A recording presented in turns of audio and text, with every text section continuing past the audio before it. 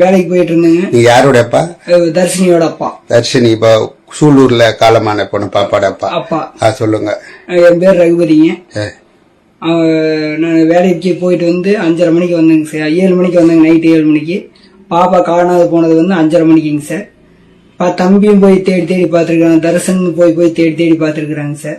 தேடி பார்த்துட்டு நான் வந்த ஒண்ணு சொன்னாங்க சார். சொன்னான் தம்பி, அக்கா காணாங்கப்பா, எங்க போனான்னு தெரியலீங்க. இல்லைங்க, நீங்க வரும்போது உங்க மனைவி எங்க இருந்தாங்க? வீட்டுலதான் இருந்தாங்க. என்ன நிலைமையில இருந்தாங்க? ஃபுல் போதைங்க. போதை சரக்கு அடிச்சுதான் இருந்தாங்க. ஆமாங்க. உங்களுக்கு சரக்கு அடிக்கிற பழக்கம் இருக்கா? இல்லைங்க சார், எந்த பழக்கம் இல்ல. எந்த பழக்கமும் இல்லை. உங்க வைஃபுக்கு எத்தனை வருஷமா சரக்கு அடிக்கிற பழக்கம் இருக்கு? வருஷம் பூரா அப்படியே தான் இருந்ததுங்க சார். ஓகே, அவங்க யாரோட எல்லாம் சேர்ந்து சரக்கு அடிப்பாங்க? இல்ல, உங்க வீட்டுக்கு அந்த கார்த்தி என்ற பையன் வந்து போயிட்டு இருப்பானா? நான் இல்லாதப்ப வந்துட்டு போயிட்டு இருந்திருப்பானுங்க. அக்கம் பக்கத்துல உங்களுக்கு சொல்லி இருப்பாங்கல்ல? சொல்லலீங்க, எதுவும் சொல்லலீங்க. அவங்க இப்ப ரீசன் வந்ததுக்கு அப்புறம் தான் மனைவி சரியில்லை, அந்த பையன் நல்ல பையன், அந்த பையன் வேலைக்கு போயிட்டு வந்துகிட்டு இருக்கிற பையன் தான், அந்த பையனுக்கு. நீங்க தான் சரக்கு அடிக்கிறீங்க, ஃப்ரிட்ஜ்ல வந்து கலர்ல மிக்ஸ் பண்ணி வச்சுதான் உங்க வைஃப் வந்து பேட்டி கொடுத்து? அதெல்லாம் கிடையாதுங்க ஐயா, அதெல்லாம் கிடையாது. அந்த பழக்கம் இல்ல எனக்கு, அந்த பழக்கமே இல்லை. நானும் 20 வருஷமா அந்த கம்பெனிக்கு வேலைக்கு போயிட்டு இருக்கிறேன். யாரு வேணாலும் கூப்பிட்டா என்னை நம்பி யாரு வேணாலும் வருவாங்க, சாட்சிக்கு யாரு வேணாலும் வருவாங்க. அங்க இருக்கிறவங்களுக்கு தெரியுங்க நான் எப்படியாட்ட பையனும், அங்க இருக்கிறவங்களுக்கும் தெரியும், எங்க குடும்பத்துக்கும் தெரியுங்க எப்படி பையனு, அவர் குடும்பத்துக்கும் தெரியுங்க. வேலைக்கு போயிட்டு இருந்தேங்க. நீங்க யாரோட அப்பா?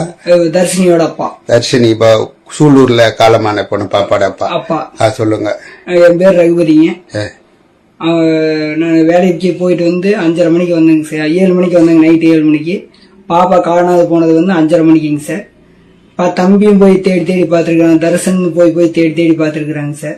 தேடி பார்த்துட்டு நான் வந்த ஒண்ணு சொன்னாங்க சார்.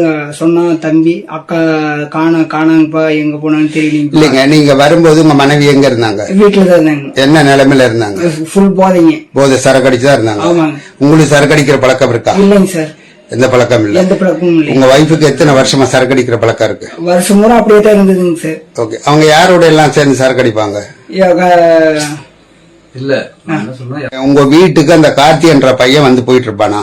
நான் இல்லாதப்ப வந்துட்டு போயிட்டு இருந்திருப்பானுங்க. அக்கம் பக்கத்துல உங்களுக்கு சொல்லி இருப்பாங்கல்ல? சொல்லலீங்க, எதுவும் சொல்லலீங்க. அவங்க இப்ப ரீசன் வந்ததுக்கு அப்புறம் தான் மனைவி சரியில்லை, அந்த பையன் நல்ல பையன், அந்த பையன் வேலைக்கு போயிட்டு வந்துகிட்டு இருக்கிற பையன் தான், அந்த பையனுக்கு. நீங்க தான் சரக்கு அடிக்கிறீங்க, ஃப்ரிட்ஜ்ல வந்து கலர்ல மிக்ஸ் பண்ணி வச்சுதான் உங்க வைஃப் வந்து பேட்டி கொடுத்து? அதெல்லாம் கிடையாதுங்க ஐயா, அதெல்லாம் கிடையாது. அந்த பழக்கம் இல்ல. எனக்கு, அந்த பழக்கமே இல்லை. நானும் 20 வருஷமா அந்த கம்பெனிக்கு வேலைக்கு போயிட்டு இருக்கிறேன்.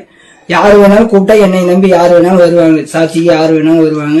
அங்க இருக்கிறவங்களுக்கு தெரியுங்க நான் எப்படியாட்ட பையனும், அங்க இருக்கிறவங்களுக்கும் தெரியும், எங்க குடும்பத்துக்கும் தெரியுங்க எப்படி பையனு, அவர் குடும்பத்துக்கும் தெரியுங்க.